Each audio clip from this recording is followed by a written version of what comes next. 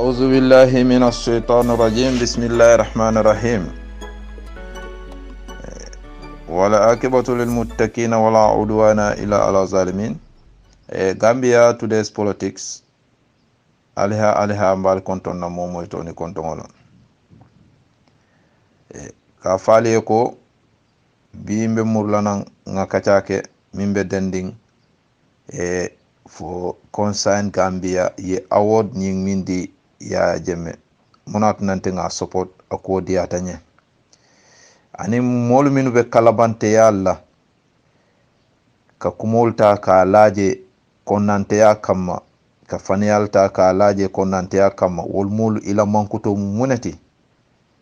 hambe o kacal fana kala ni ala sonta ngamoy roke molebe naka atata tiarar si ka kumol fo mi yalon ko subhanallah hakil tiol mo mi yalon ko 5 common sense babulu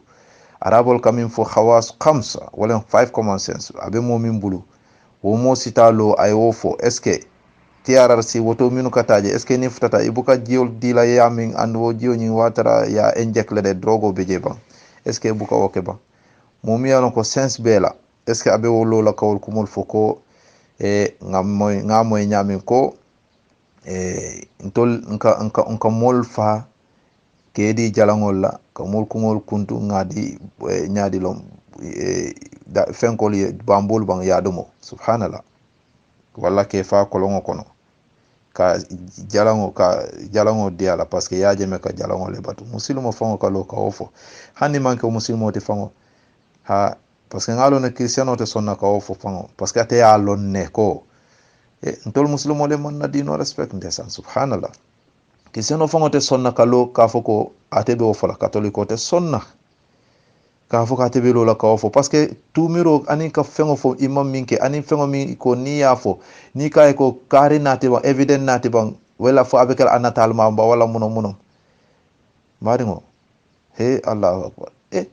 wol mol minu ba ke kan nyimmin bita ke kan awato nyi ibe min fo ko yiwa akoni yakele cameral be kerin mobile be kerin mi yalon ko i lafta ko kula ne ba kele sa ke faka pare ya camera wala ya natal isa keno bare aliyol be kele faka pare iko atolle yake ha bare natal hani akilintela hani a mobile video ma hani killing man traito a voice ma fo hani killing ima record fo ko kari len o orade ma ala kuma mo ma jabe min fo kan teninte kun alba ken kan wo kay lun kili sare kotno ya pak pour in case ite fana ne problème soto ya fo atele tandi almaja ala kumol fele voice fele ndesa badingol wo be mankeno fo diamu ken songo drom woto badingol alhamdulillah rabbil alamin alha ko bi bina kacha min dila bina min fala wolem min beta kan about award nying min dita ya jame babele mansa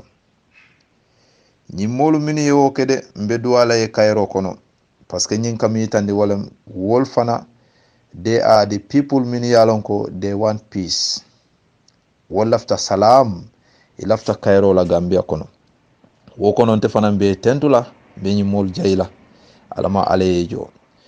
parce que tonya fo Lamin Jeyte meta kala diamol moyde kabirin wawato ibe yajeme agents la afana be mol kono mi yalon ko allota ka kuma jamal fo ka ku jamal fo ka kata jama ke mi yalon ko kaje ko yaje mebe bola nyi dulato diamol la karola diamu sifa o sifa ya fole aya fole nyinom duniyati mo ila miro si fayno setano ye marse yetara ye kuke wala na tol diamulal fo politique la aning dol wol atole ka fo politico man en malo permanent enemy soto amon permanent friends soto baro ko montem be min folaje min mutonya ko moti wolem politico ntewo hanabadin fereke yelo ka tonyal kisi nie tonyaje dawda doron ite bor yeta yedu wo tonya kon so ntela jero ngaje ko Lamin Jeyte malo idea nyi jumale ya dide bare ngaji Lamin Jeyte ka voice out ka tonyal fo ka tonya ka pare ntela jero to sai ka pare ka tonya no made nte ko mo kana si ka blame ke anything mi yalan ko min tambita ko ye minu ke minu tambita ku jawolto ka agency ya jeme be minu jela wolem hanamadingo ni mistake ta inata ila mistake oje, then you learn from your that mistake foka pare ye fan korekindi. So akabonko concern Gambia mo jamal min bija aning minu bedun diaspora ka diamu ka ku jamata ka diamu inata ye tonya je i kabri ye tonya je yajele ku hi yar fan tol de ngam fan fay nyamo kono bake inimi sata i muruta koma kaje ko tonya tol ka momi accuse nu yara fo wolle be la firin tol la Cairo wolle be la firin tol la nyato ta tonya nga credit andu imaje atatale ntolla nyin kuma bal fol tumirol nendorol abeten kundi ne tek andun aketa moti mi alan ko minu ba ko mo wolle siata momo be Gambia kono pati o pati be Gambia kono ate minu ba te ko andu hani kabi ibe sonding ala kumola andu hani kabi ala oda ika obele andu iparta ka bar par wo be ate kalule ka fuko al peace tenkundi al banko nyin al luwa nyin noma al tenkum al luwa nyin noma abe wol fola dorong woto isalo wo moñi mu clean hearted person no lom mo kendolo angani o kendiata woto ngamira nyin concern Gambia people ol itata yo cholesterol leke yaji ko he yar fantol de mbatunga murko ma tuboke je ceo nyinde wala piece of the noka wala kayre moti concern Gambia diamulal minu diamutaji ani award ni min dita alale bali jola nyinom tuboti ani second linten nga minje wolem saying atol al pareta pour Cairo nyin ay sabati Gambia kono ibajara atol te kala molti min yalon ko ala ay mol min foko banku wala sati o sati nka molle wulindije nka molle fintindije min yalon ko wolka ke bandi kon dingolti de min yalon ko wolka tula fere jawle lala wo sate la wala wo banko la pour munatina pour be mimbe batina halako nyi yedu wo banko la ani min batina fitno nyi aydu wo banko la ibajara atolu minu benu diaspora ka diamol ke ka kaja firol ke ka tumirol be la yaje me dol fon ka futa hani fo ka ba nen ka fa nen ka tindi nendir jawla Allahu akbar mi yalon ko dino yo balanne ila alfa manya na nenna bibi han minu yalon ko minu ka fuko e ka adama baronen nte man support wala mo kana alfa nen bi hanni dindingol bare to ya bala de ko president ngolom kay to ya bala ko wolem to la amiroti to ya bala ko wolem to la nyim position oti moti ha so abunya kanane ha political party ol imanya na hani political party ila leader kilin nenna imanya na banena wo dino yo bayle momo ya nyato ko ya dawda dorong abanta kanane ha hanna manke nyato ko tifang bare inyo muslimo inyo hadamadu ngoy kanane niyanen ibe junubole tala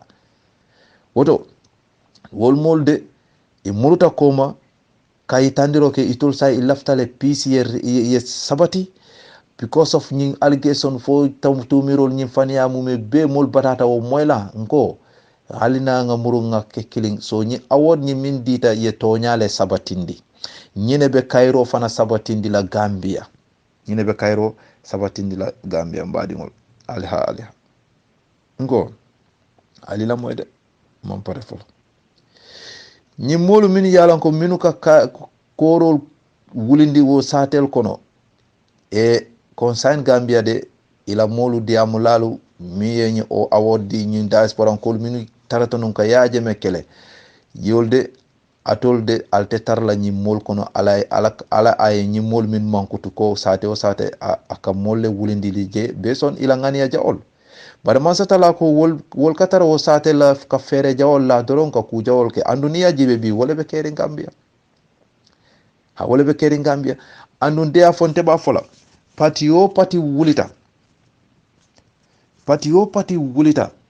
kanyin ko ñi agents ibajala itebe tarla ñi mol le kono ñi mol alay mol minu mankutu ko wollo mol jawolti mi yalon ko ikatara fere jawolle lala because ibukala fi mol ye kamben ibukala fi mol ye Cairo je ibukala fi mol ke killing na manke itolla interest ani min be tol febola wala woto alaman tankala wo maanya sifalla ani wo kafi sifal min be tarla wo maanya la mbadi mo ali nga hakilo to wala de ñindun kanyen min fo mu alquran kulol lati de e aliha mbadingol alla moy kuude ngata easily meño jelale de alquran ayolom de ala le ka diamu ñi mañale la andu ñaaje qur'ano ala ko he allahu akbar is very dangerous foka pare qur'ano moy hakiloto alqur'ano le ka diamu kula mi yalongo minu tambita sanji wili wili million wala million jama asina diamu fengo mi yalongo abe caring awatola yo asina diamu fengo mi yalongo wobina lale sanji wili wili jama ko ma fa e ñaato fana bi ajibe min be ta kan Gambia mol min be fere jawol la Gambia ka ku jawol fo ka plan jawol fo ku kurngol be ke kanne sate kono banko kono mol hala ko be keri wol be kana minu ke alqur'ano diameta bi ni wol ayol karanang isamira ayo nyin ajita Gambia bi wo manya min be ke kan Gambia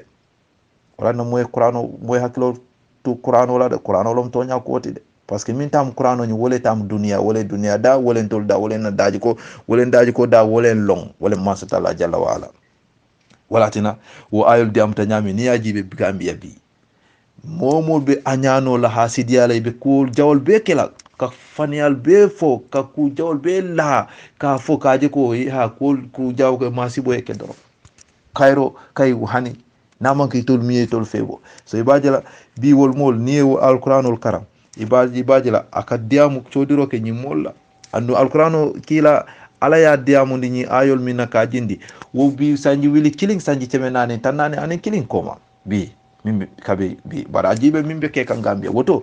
any political party ko ibelo la kanyin kol agents ka tu ka kaji ko nyimanya na kela wala ka fo ko nyimanya na ko wol mol mu bandiyol leti criminalol lom mol be jila ko wara fo wolle man la fi Gambia la kayro la yaajinte be fintila nga ñinu molu like Lamin Jeyte parce que diam lal siata anu minu lota kany awodi diaspora ko ani concern Gambianol Gambia bi mume bela minu wulta kany kol ke jama be kono ta falay be de jamal be kono mi ko kunu kafuta ka kelo ke ka kanna mo kendo bondi kanna masakunda kendo bondi because of faniale nata sia tumirol nata sia ajibe hani kabi wole be tamaka wo fere jawol be imaji anata kenyadi anata kupitol jama ikungo kan woto masatala la kumo fanate boyla de wo ayul dak suratul an'am nif tata je ibaje la le masatala de amta damin ko qur'ano saying translate ma be kering English and Arabic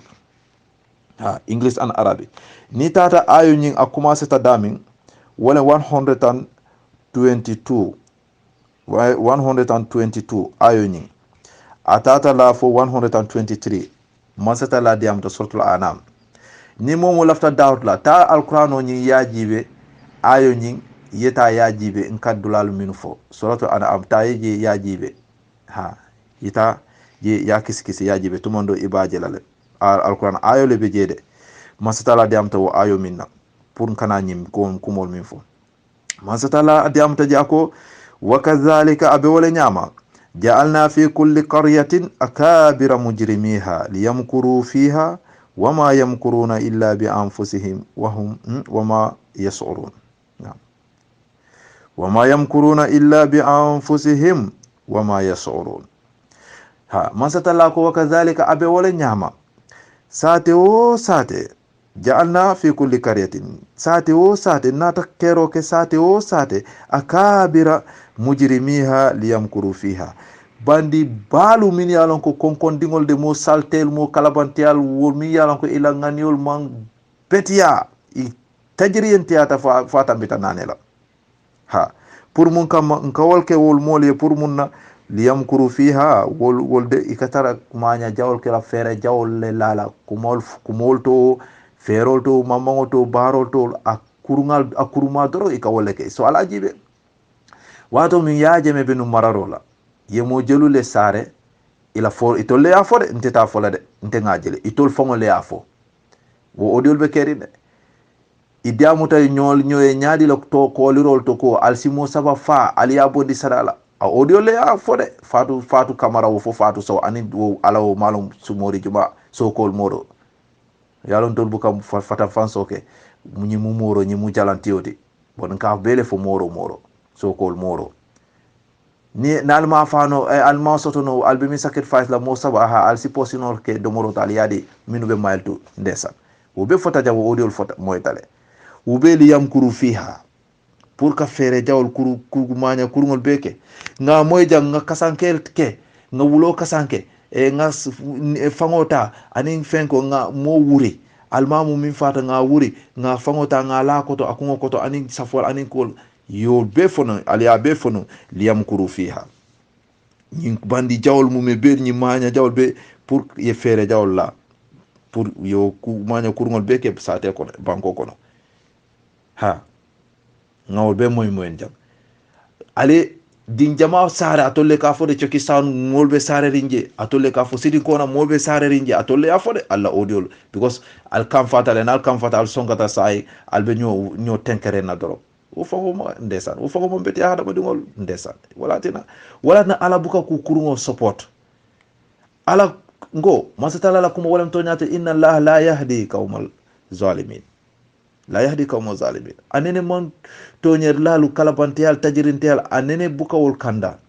anene bukawol dema ako atete o kela anali alo masatala la kuma kan walam final tide aymi fa buka falinde subhanallah atelum jalla wa alati hada bodo ngol ka kuma foye fale ye jenke allah masatala man ko woti ha sai ala jibe liyamkuru fiha bare nak masatala ko wama yamkuruna illa bi anfusihim ila o fere jawol mume be ibe minke kan imantara ka ke kan fen nafna man ke itol fongo kungo kande ibe mingo minke kan ikungo kandoro and wala est ce que wo man naba Allahu akbar alajibe madum alajibe Allahu akbar yemme ngo minke ye fere o fere jawol be minuke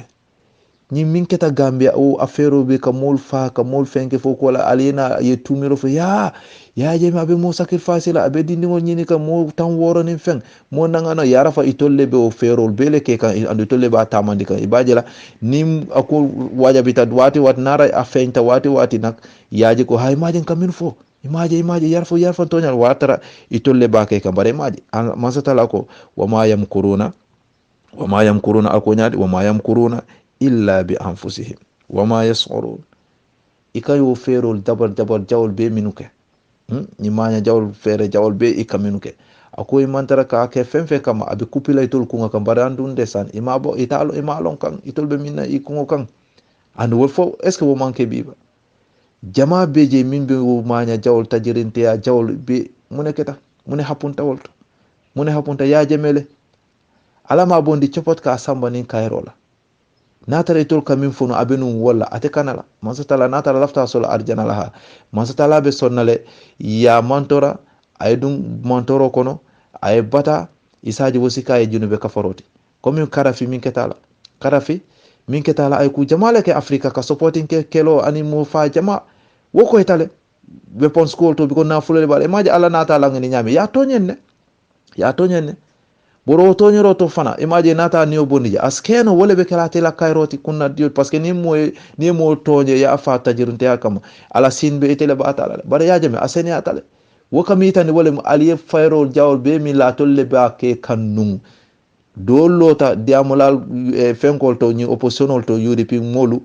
standing sign ibe difference of kala fara bena nyo farala do etajana diamuta dol diamulale ko atede kalonu dulani ayake red ni red keta doron atelo ay bantambila ayake green because munatna wol sulu sajima benu yaje mela masakunda ko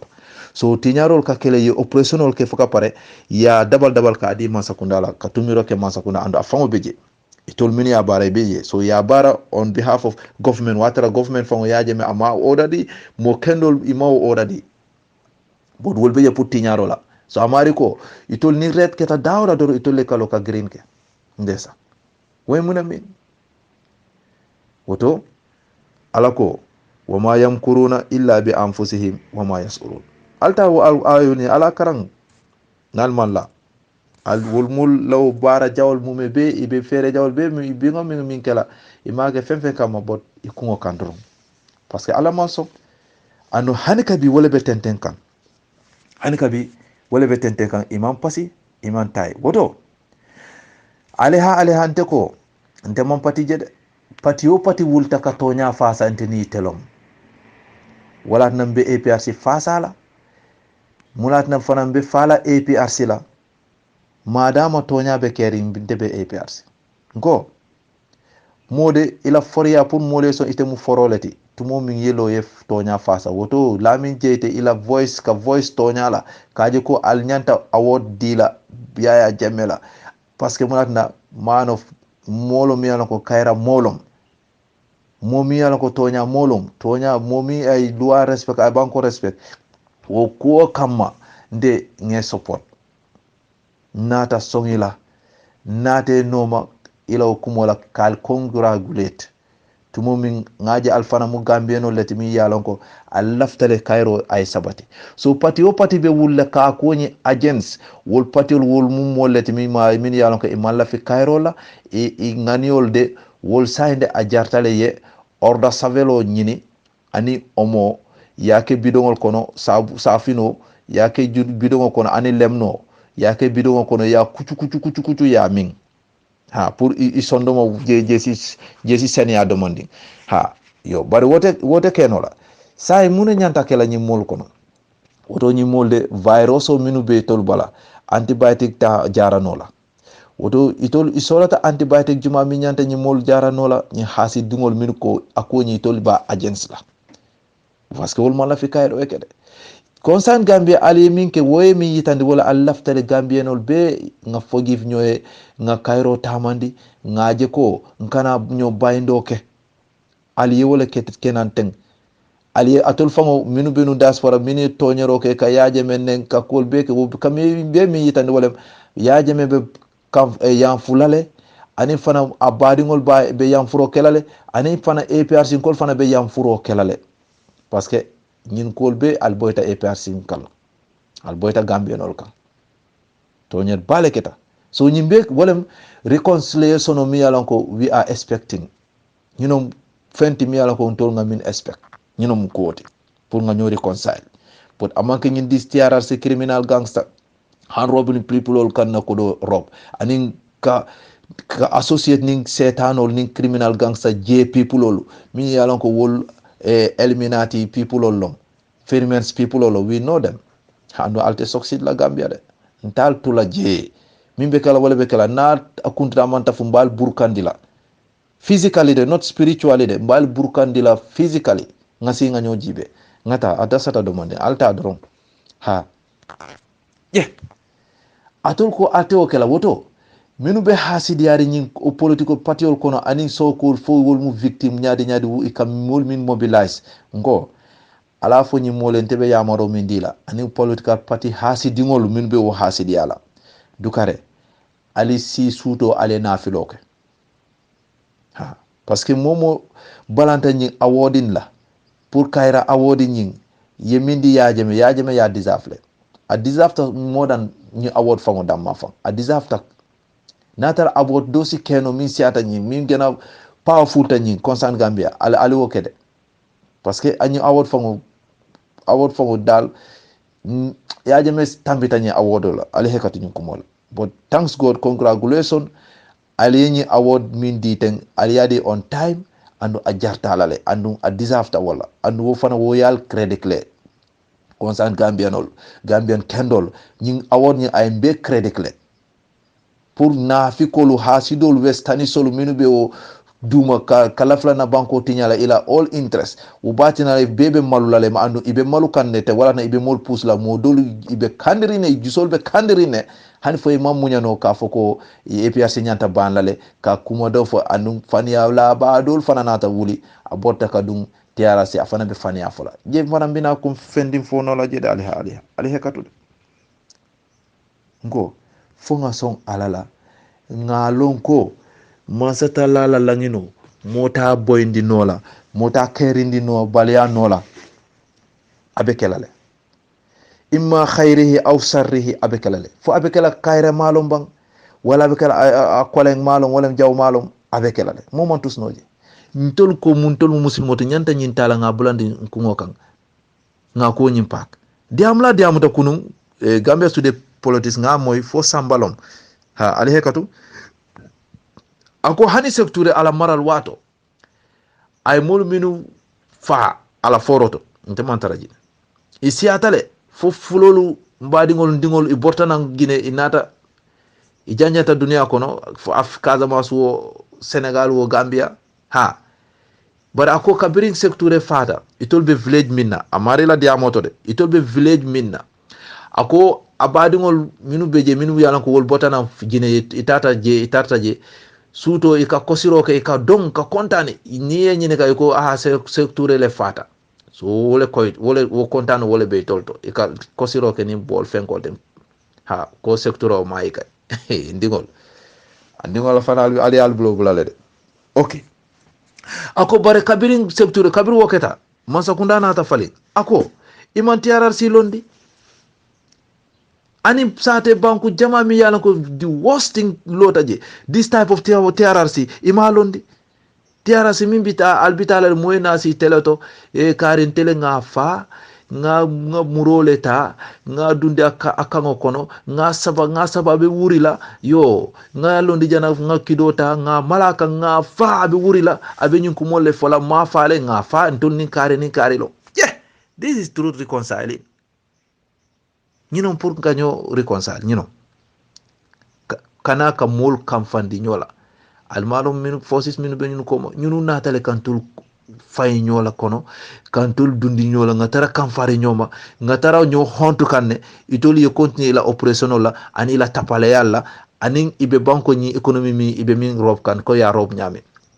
ina economy be tinya boy adama baro be sinola wate ni nata mi ngomi ya nene doron ayo no ma amira telem fero beta kan pour atela nafa ya fate malo ibate fango burukandi kanne ndesan fo alungo de lungo min ko bina wajabila abina koyla ndesan adasada do mandi very soon ni ala sonda ngo ala mansatala ko inna allah la yahdi qawmo zalimin tonye lal mansatala nene buke kanandi anene buke so success la ni wonte masakunda nyi sign 3 years 4 years now isoksita minto namanke kay isoksita ka mol faynyola kan mol kan fandi ku katara mol be worindi ka ila kola bibi mo jama bal kono bi nal tiahanta fenk hapunta Gambia ibal be falale mote bal falale jumale nyol ya sababu atul fango kunga kan atul fango le ya sababu al fango wo hetri nyin al fango le ya sababu al fanka wala na masatala ko wama yasuruna illa bi anfusihim ha wama yankuruna illa bi anfusihim wama yasurun anu italonna ñinom toñate subhanallah allahu akbar ha say woto ñi mol jawolu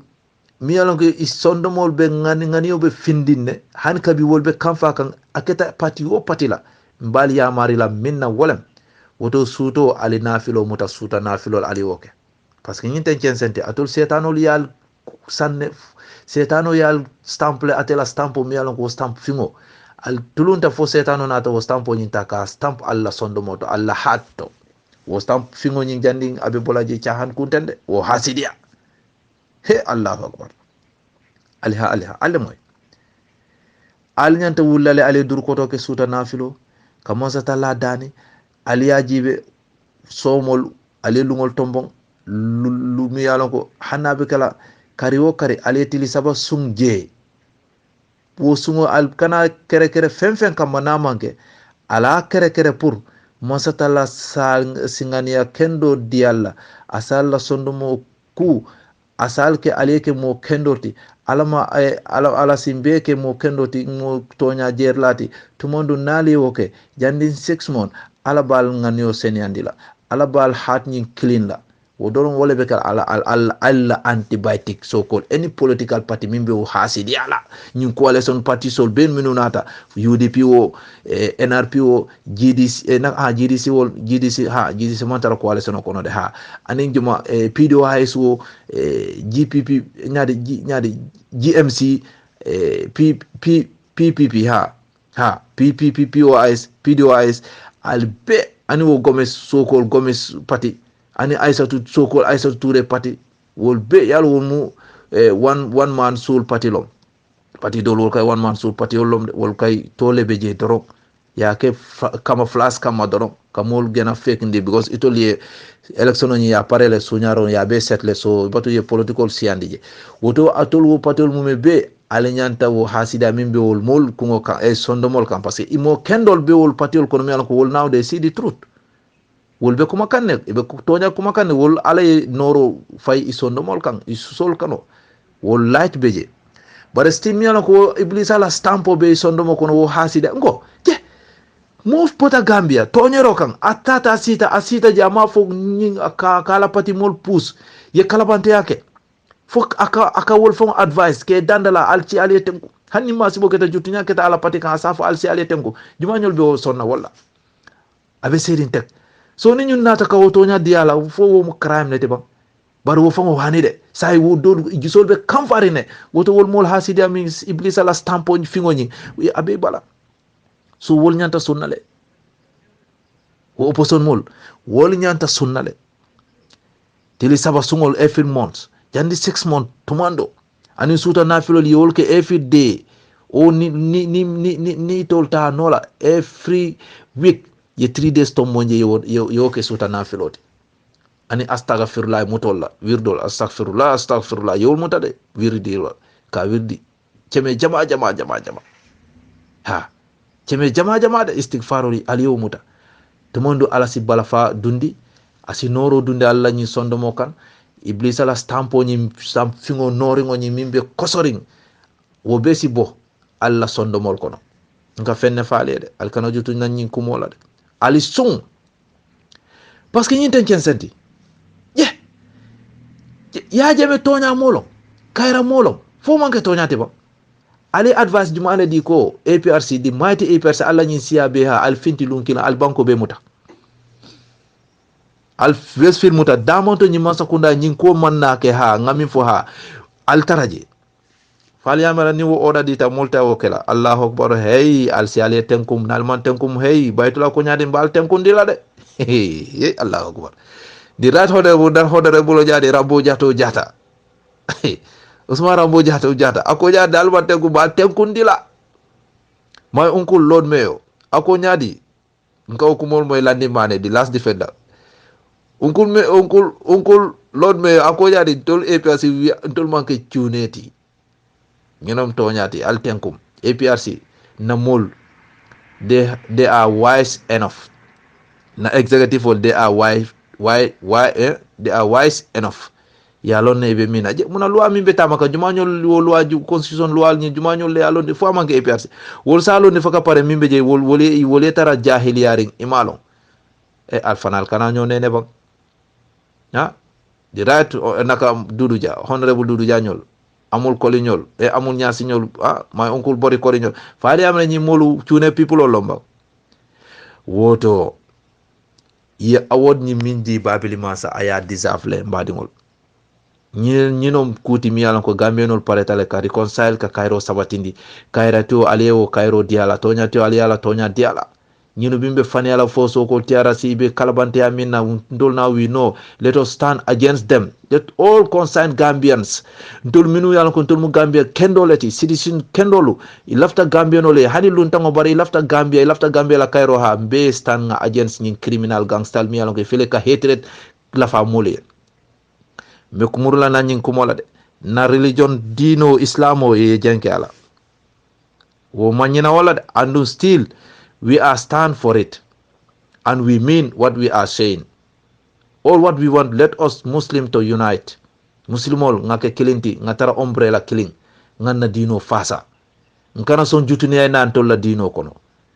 Nkana son jutune na antolla alpha kono alpha ka hana alpha nying amanke nyaton kotiwo amanke any like comme minube super islamic leader hana mari man tarawoti pot madama alphalom Gambia alphalom ha ngalo nga fasa parce que dino ay alphal bunyale ala diamta alquran kono de ha parce que ifala alfango ite ifama aflango mu ifama leti u masatala ko nyaade alal famal bunya iwulu ba ibunya aliyenyinya umu alala dandalaro ti alquran ko ngo je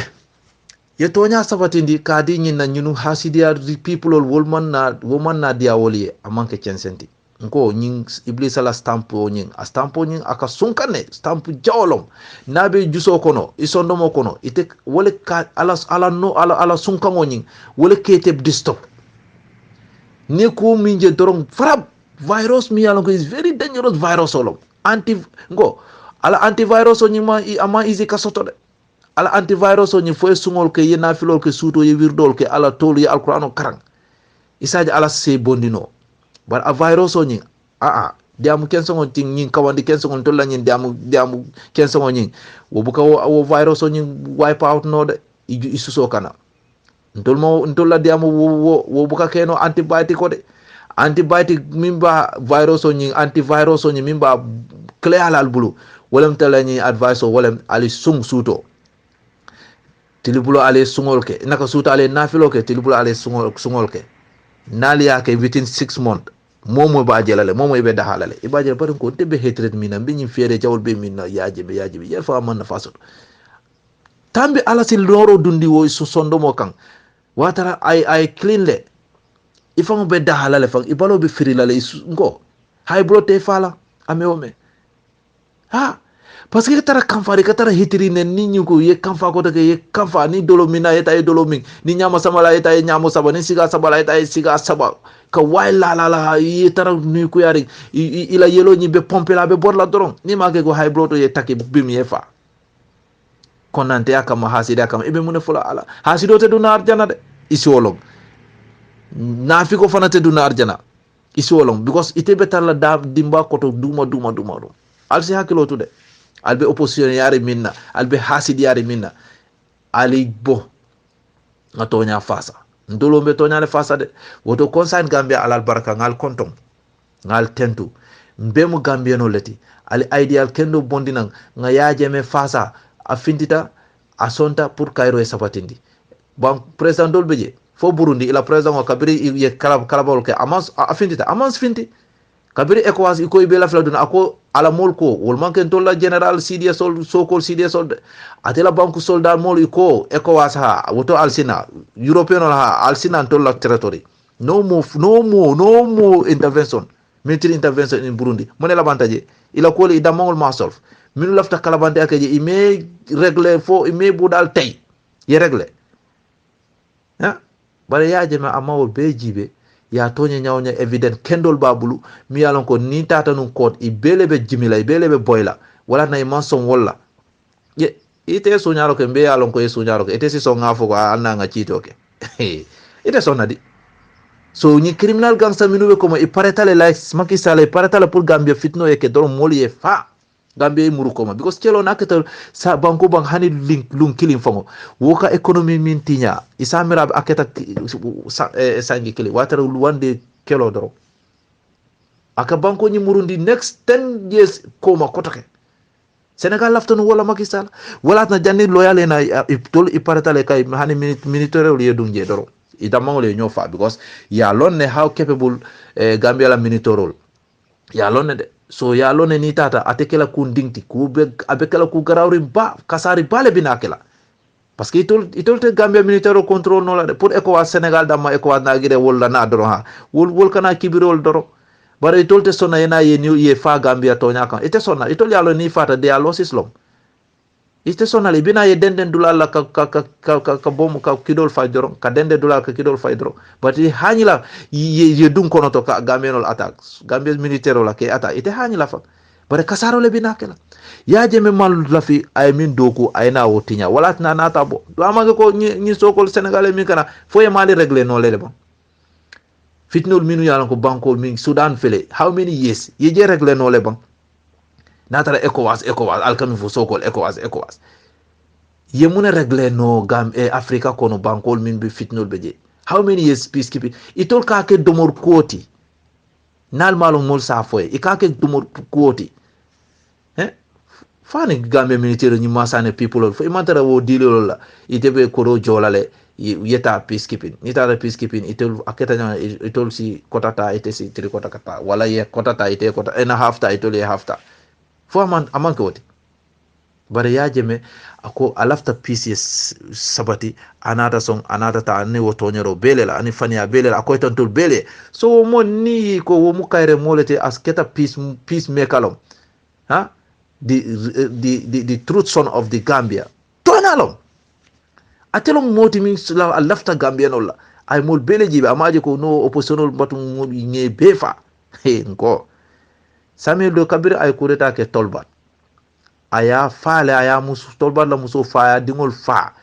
ani tolbat family kay he fo min porta de ye konkale kendeke ndesan fo ya jeme kabir ay banko ta ay jawra family mutale ke soron fango soko ke konkon ke fa ayo fango kele ba ama okay so mune batina la alba fola criminal ICC nyanta ya jeme jibe lale mo mi ko ala coup d'etat fango peaceful it's not a coup d'etat it's just like change Islam yeah ala maral wato kono ha alko molle fata je kabira ate bota je ha minu yo faro ke inata finti kalo iko tole faro ke sana sabali wol ko ha wolle faro ke anin fo kanyi fo jumani juma wol ko wolle faro ke ha je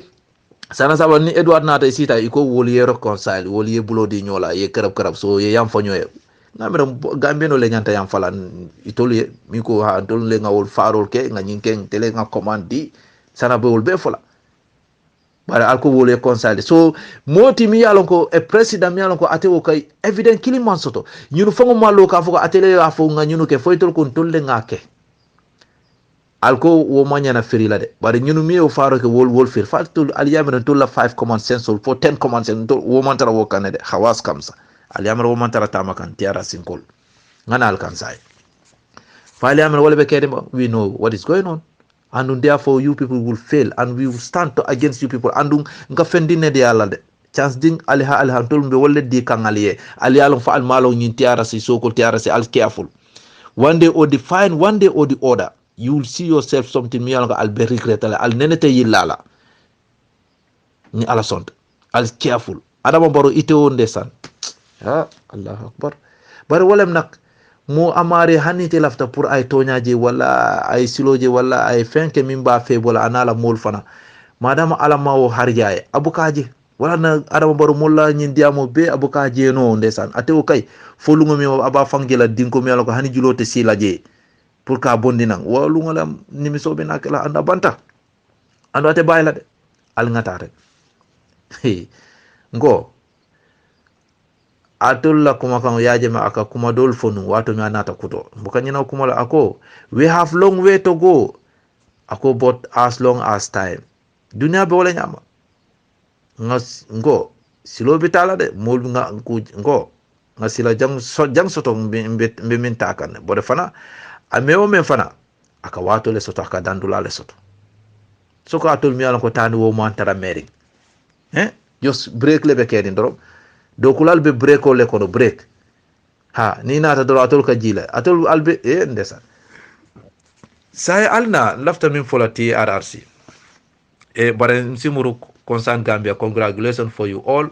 ben be Gambianol bel tentula tol mume bele la because ni award ni tol bele be je tol bele be sonding ala ha momo man song la ite manke Gambia kendoti endi andi mala fi Cairo ke Gambia ite mu criminalo leti ala kamin fo akabiru mujiri meha ite mu wol moleti bandi konkontingol mi mala fi Gambia la Cairo hasi dingol al sungol ke ali suta nafilol ke tumando al sidaha parce que min balla al bes asari newo wallahi say al ngana congratulations for the concern Gambia ni Gambia kendol ngaljo ngal tentu bake ngana honorable fana tentu bake the right honorable papa Jata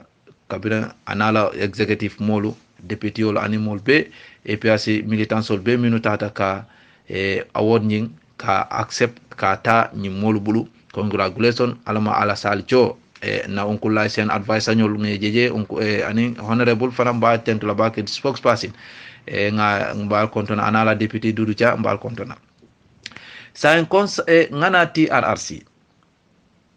mol min tata je ko nte ka ya mol fa ya je bakan tolle bulanka mol fa ka mol kungol kuntu ka di jalangol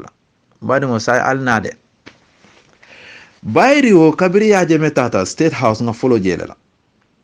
ngaje ko i tata je fo somtin gomis bang kasi ya je mela la rongoto anala musola larangoto Zainab la bungo larangoto kana talol ke ani Senegalisol ndesan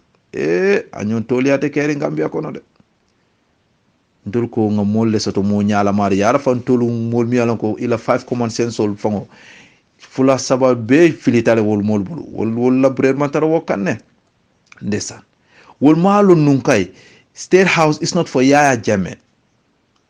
palening amanke for Yaya Jammeh is for Gambians so therefore seko kullo mimbeje amanyan na wanyar la bare mo ni fota hakilo la ini setano be nyola you will never see jiate strategy sayin kabiri itol i wakilta ka munke ka Yaya Jammeh la natalol ta ka bondi kala dulal ta ka natali ala motolo ana kolbe ka natali ala bunkono ala larandula ka olbe natali ka picho fo ciw TV fo ciw Nafika TV malong ba akumandi la nyami fo ciw nyaade ala ndema fo ciw nyaade lom ciwlom de ciw Nafika wala ciw Mafia TV itata kaw caméral ta kaw dulal bondi kanila fana itata je be natal ko ala bagaso ala kërëbol say mom yalo ko ateka jalangol le batu aka mol fa ka di jalangol la aliyalo kanatero ka ke dawda wo jalawo be kala ku maneri jaw balam ko aliya fonu nyami ko kolongol mi yalo ka mol fay faale ke fayji yalla wo wuliade ala man koronto de alfawol nata na al jikita woluntangol minay nata e dunta je minu nyanta dunna ye bagaso dundi ye caméral ka jibe abe mu faniyalete bari yalo mu hasidungo mimam hasidungo mi ko hakilol 5 common sense nying ala sabo be filitable sometimes kiningo fongo ka filile aka woni ni ayana tinan ka posi ja ke fula sabo be o filita wol mol buka jero ke wo be imam malude imam bay ibe lori ndoron ka faniyake ando atul malong alka faniyaw ke wati faniya kana wati wuka mol gena kamfandile mol ka tonya je kaje ko yarfa nyum wuli kabanol lom nyi moldi nyi wuliya buka nyum malo cim lakati nto say nyum la foy almaje talani Sadio Baro ala ko labanta no nyame minu ka support no wala ka foko wulu Sadio Baro inata bo akoto lamo ala diamo dunia kibaro mol say buka sonna moyla fa nata suspect wala fa ka foko UDP ko le baate kelendika imagine ndesa ko nata la banyadile fania aka mo kamfandile mo kendol fania ka wol kamfandile because alale katara kamfaring andu alale tam hadama dingol la asi adama dingol be pous ka je ko hey albo nyin fania moyol la wala na aton nale fania o ke wati ya jemela wolungo la nimo kilinde ka dung ala ha bare nale fania buntana wati mo cheme le kana ya jeme noma kamfa kama parce que nko ite ni fania ke nte kaminji ite yamre nte mutoleleti ite be Cairo min nte mantara o Cairo kono so ibe fania butala nte ngasong ila wo fania ite continue Cairo ila Cairo la mi ala ko bente toraka aben dingol toraka aben mamoringol toraka sama ñinom problème oti ñi masa ko ndami beje ani ada baro ñi kata fu opunin ke ñi dula fenke almake APRC yaaje mele yake ala ministre sol le ko plano sol be ke fond sol be ñini naltol nata pour mebe ado ko ñi timata naltol nata alba fa masa ko ndami tambita de bal ni barala bake parce que ñi fango atol le ya folo ntol nata kala ban hanata ra fango atol man fokol ke je fa banale ñi kumo ke wobe ko ñi sutura la demandi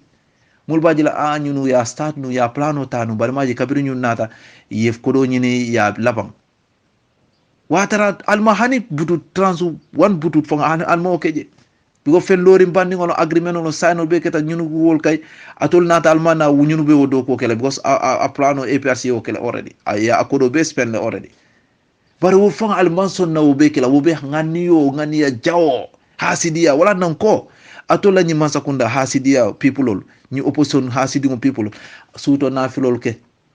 tilibula ale sungoke ñine bal sola kayrola aliha alila moyde ñine bal sola kayrola Allahu akbar bare nalma oke nimisi jawodoro alte succeed la de hey ngo masata la buka tonya nuku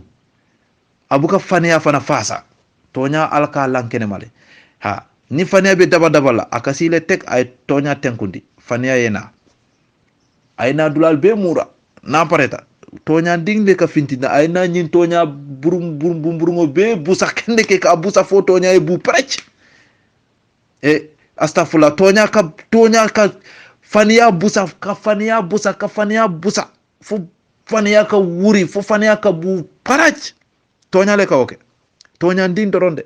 tonya din ding ding ding ding merangode tonya ding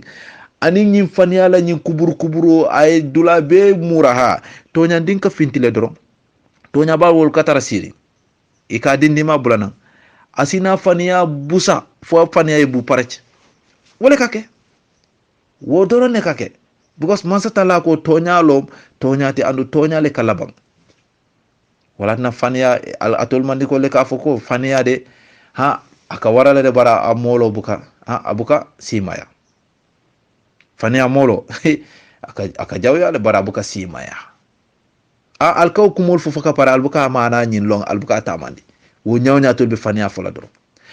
ite min ko atolle ka mol fa ka mol kumol kuntu ka fay jana ka di gis bambolu ka ke kolongo to ka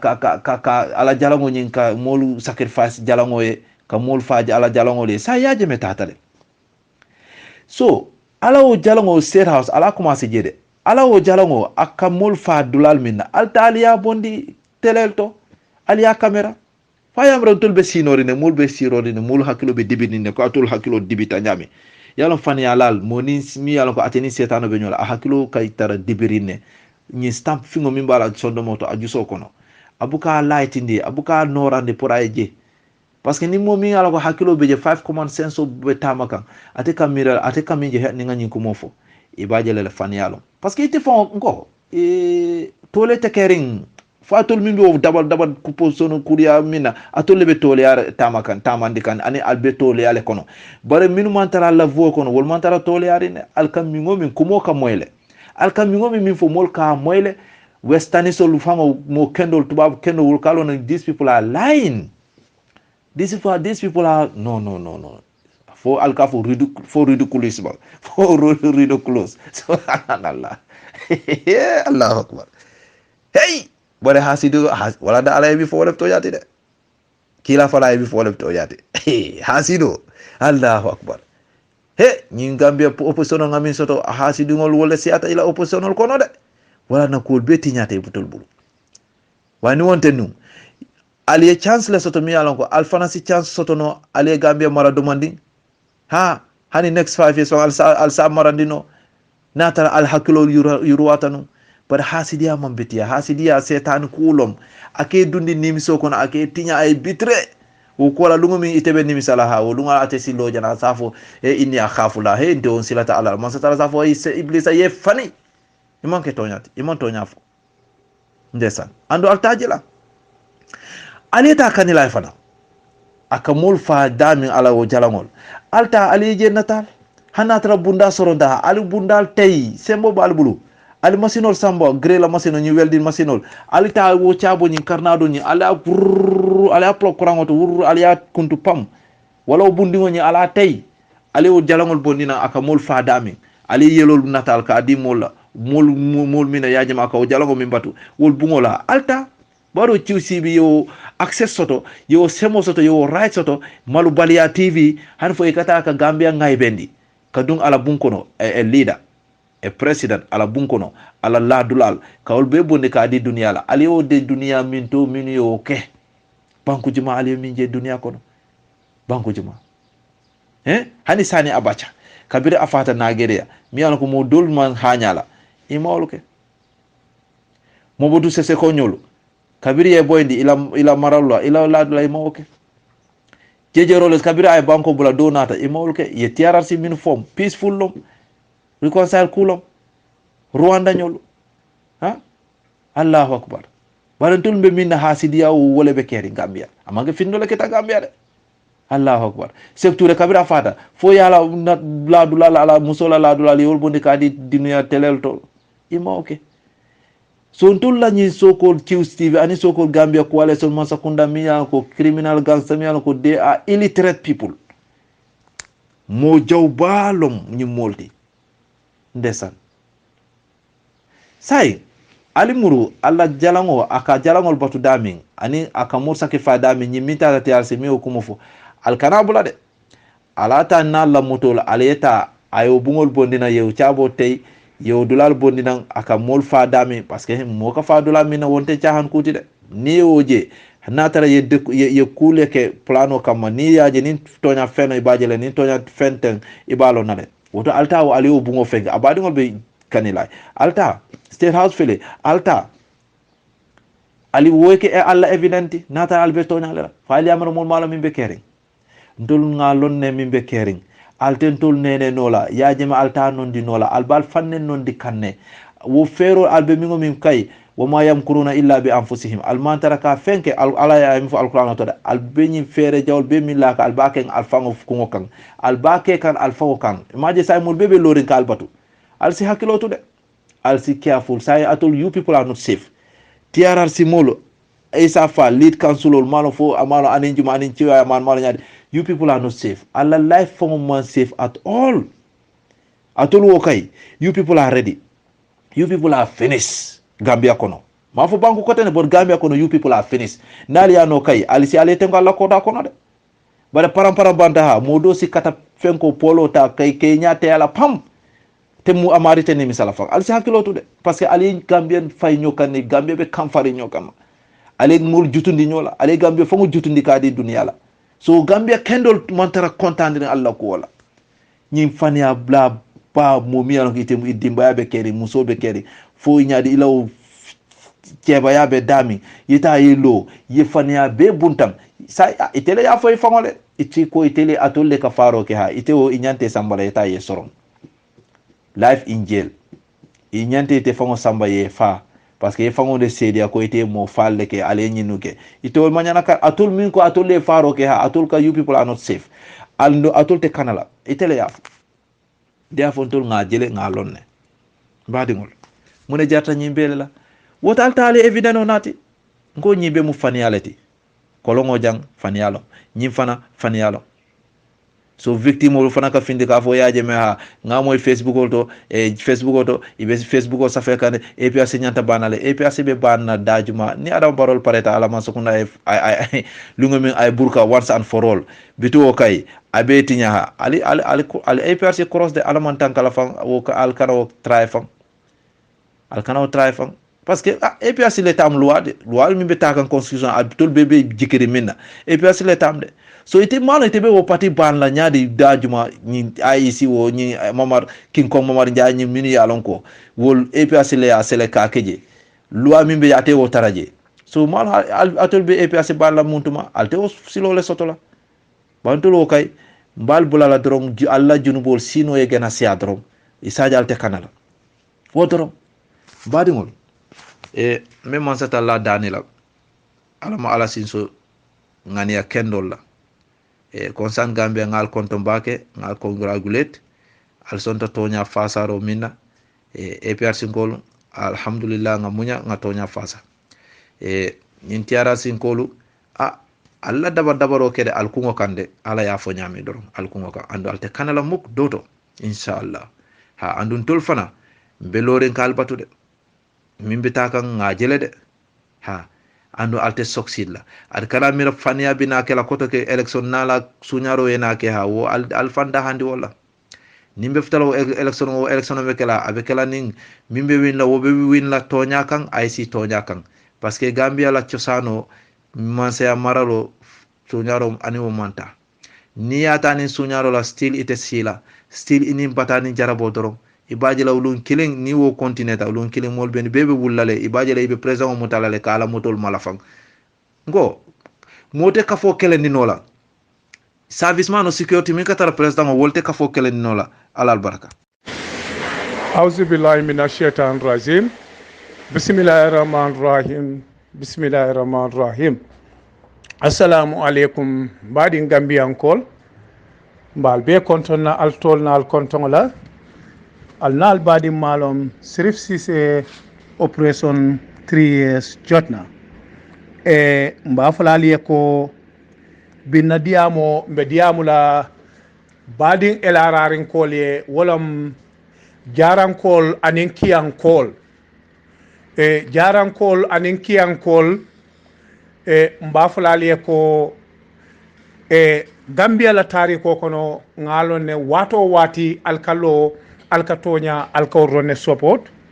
alka lo démocratie alka lo rone koma woto alkana son kemeta sambu e ay tulung elararin kolla alkana son kemeta sambu ay tulung opération tries jotnala so woto mbe elarar be danila ñin tenelo men kana kemeta sambu ngamoy na opération tries jotna yela kes mi ya fay ñamo kono e ko kemeta sambu ko sa kes ñu wulende le koten aba mek so la ko ayalaw mansa ko kumanda mara banko dingal ke muta ke soron ke samba makati so woto be mo be danila alfinti anin sembola tenelo men kana aliyeta because muneketa manden kolko niamo e fulande ngala e kola o mbita mankola aya moy fula balla ngami moy ngakibaro min soto both in and out ngakibaro min soto wolam nyenti ko iko Mamour Diop Yankuba Sonko Ousmane Sow wolle sita iko wo kesketa nyamin amam betia so itel wo magistrate o e memfo anin state la prosecutor minketa sekati sekaye na mol aye kumandi ka itandi la ko almanke soto miyenyi mol bel yo kumandi anata ayala ID card sayin Sow ani Yankuba Sonko anin Mamour Diop itelle sita iko wala sita ino iko bawo operation 3S la nyen kes do felenta bijang ibe minkela Gambia la jojol Assane Diallo na la mol ibeje la le pour kaje ko kanyin groupe fulol kebe muta kebe soro so nyine keta ke metala a dokoti Ousmane Sow Yankuba Sonko Mamour Diop anin Adama Barrow itelle nyim plan e ko itelle nyim plan itelle kangadi ke metala pour ka kes nyin ka wulendi so bari ntelbe min fola jaran koli anin kiyan kol allo alla dengal koma alla dengal mam mo toñin mol min be wo keme tañol ila Gambia di yata la ñu jara di ñaato ila Gambia di yata la alla ñu autocol kiyan dengal ñaato woto ali nga finti nganna banko nga difen nga bonde mol bul mol mi yalon ko ñille sita ja yaya jamme la tabi yaya jamme makoy ye nya kasi yaya jamme be mol fala wo mo kilengal nko kiyankol anin jarankol ntel nga kelo minke gambiyankol nko nga mansa kunda mi belori amam betia Adama Barrow tata o mansa kunda mo leta kawol nati sai yaya jamme la mansa kunda wala beta makan gambia ko so ntel yaya jamme ka bondi anafale akamunta nga yaya drone bondi bar yaya la mol be wol be Adama Barrow sai anim millier kelo ke nyola nsafo millier kelo ke Adama Barrow awol be bay ay yaya jamme la mol nan woto Gambia dingal alin kana so nyina bi alin kana so ala so jaran kol tenello mo be ta kiti dulato ngaje ko ngaju be magistrate nyin abe mun kumale fol bari be dandararo dila mina wolam Assane Diallo di Chief Justice Assane Diallo, you have an international reputation. Ye international bunya yewle soto. Bar ni me kekun Adama Barrow la daji kantaya wala be la legacy tinyal. Adama Barrow tel nata la pour ka ma ko kala legacy tinya. Bawo amalla fi legacy kendola, amalla fi tarike kendola, amalla fi ku kendo e Fatima nabota president yala. Ala fi tamin nay nabota president yala. Yaya Jammeh daji ko, Yaya Jammeh darajati. So ntel nata ka Adama Barrow ka ma ko wala. So Assane Diallo under the Chief Justice and magistrate ol mimbe Gambia saying motitano iko Adama Barrow le ente forcé o adam abem falale ni manyenke nalman do ko ka nyama wala miente ko alla palaso alla tole marala anin tilimbal yakon so woto be mo be danila e jarankol anin dula kiyankol mil bebe no nyim autocol elarar albe finti tenellu ngata nyin kiti dulato ngajube mun beken so woto be mi yitandi la gambianko la kemeta sambu abitakan mbe mi yitandi la gambianko la kemeta sambu abitakan abenna mol provoka akata akanna mol tapas ka fo ko operation 3S jotna alfinti kemeta do mantar nyin komade ngamoy Adama Barrow nga faali nyamin itelle sita police ol jamal lebe mol provoke la ha bari wo provoke nyin albasoto lale in return ke meta be min kekam wallahi operation 3 years jotna e aya fo momondi nkamin foy nal nin ke meta be benna dawdandin ala la mobile o ke recording moto nali ake recording moto na ya fale dami ala ba ma nen ali ya fa ma nen na pareta bulla kelo la adna e bulla kelo bari mbe min folali wolam nyinti ko nyim be mu adama barola plan wala ti adama barola be nyim be plan ka adama barola be gambia dengal dundi kanyol adama barola be fitino nati ka gambia kon adama baro atele be nyim kolbe ja hasika adama baro man fenje fengo mi yalan ko atabe continue la sanje lulo la nyam anu malla gambia kol wota asike mole dankoti de pour que adama baro bula ay tambi carte fayo na adama baro e gagné woto gambia laftala ay tiñare ha ntel be sirinja nkali ya jelen na newspaper sol yino ya bondi no nga demonstration menke e adama baro tel ni adama baro lo ntel kay na ñeti tanko le jo gambia so wo ñeti tanko abe dunna dawda ndi momo dinnate mu kalaban tewti ntel be silalen ko banko le alkana ma koy ngawle fo angale le ko kana gambia ma koy anni bita brussels fana ba koy ndilem so bar kemeta nkami yitandi la jam kemeta alal hakilotu bake mamour job alal hakilotu bake yankuba sonko alal hakilotu bake ousmane sow alal hakilotu bake adama bar wala man sakunda nin ala sonta wallahi ate jamfal ntele nga fal bar al continue ka gambia dingal keni yokuyandi al continue ka la family balundi gambia dingal yelola ngatel mol men kumande tan al nin adama barobe al bal dimbayal al be balundi kan gambia dingal yelol alingata njehen ha boya nin tamam me ko matula bukalo bari nyin ko min ke meta yakiten adamante de ani nyin molle sita nyin molle ki fonko ki ke meta bari ntel nga dalilol soto la dalilol mi yalan ko be ko rinja bawo magistrate ni yayitan lele case table mim marta case ni na yino seka wayayitan dile ko alna la id katul kama case tijang case tal kunto kotem so muna kendi ibo case nyin iba wulindin say mintu taje nyin diamo abe jojo le la karola ha asan jallo na la timol ani joje travel magistrate milbe gambia say nyin tuta wol lebul ni atari yino isonta ka si koten ka nyin case nyin ka ari open woto muneketa iten mbaje la ko say mercenary joji sol ani mercenary traveling magistrate sol wolle be gambia fara so woto mba fa la gambia dinga be ko ali nga finti e nyin tele lo men kana mansa kon la court house oto nga taje nga jube be munekel andum be mune fa la gambia dinga operation 3 years na ben dabula la boda ku woto gambia dinga ali nga wanna boda ka mek so nga na boda control ali nga wato di mansa kundala ning yilla kesi ko ba fin kala rek ali nga tayi nga boda close baaw gambia motol bu ka dun senegal motol fanal manyana duna gambia kono jam woto be gambia dinga be tani la e mbafula mobe alna nga diamu kilin kan kilin alna nan nga lo na banko be tilimbalia mo tilimbalol membul nga bondi bul woto mbal be temtula e mbal be jayla e alnal badi malom sirif sise famo ka ke domande because busy be caring kolbe kere bari gambia la kuombe bisiri wala kaje ko ka demokrasi ka sabati di gambia kono kaje ka tilimbalia ka bondi gambia kono nka min faali ko londo le ka banko samba so kemeta sambu ibe operation 3 years jotna provoke la bar ni me keku inena ta kele ko tayla dunia balo kono ibe ni misala muna kendi fa e wuluta gambia kono muna kendi keta gambia police oti inata ke police na afikoti kemeta sambu mbe sindi le la mbe londi le la palasoto ya lonko gambia mu gambia dingal letati gambia manke adama baro tati ha atel mi yalan ko albuka do ko ke gambia ko le ni ajentel be kelo mu nekeka wala mu nyenti ko inspector general of police ntel be kelo min ke kan bi ntel be kelo ke kan gambia tubabu do ku labele especially atel police all because ntel lafta min na gambia inspector general of police president man sembo soto ka apoy aman sembo soto ka bay ntel lafta lo wala ke gambia la dwa ko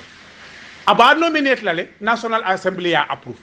nim mamour job ya kuke jannim president ba bayla abe munekela aba sambala national assembly le kayita ndila ay ni ne ke lafta ka bay nko polisol mune diata nyinti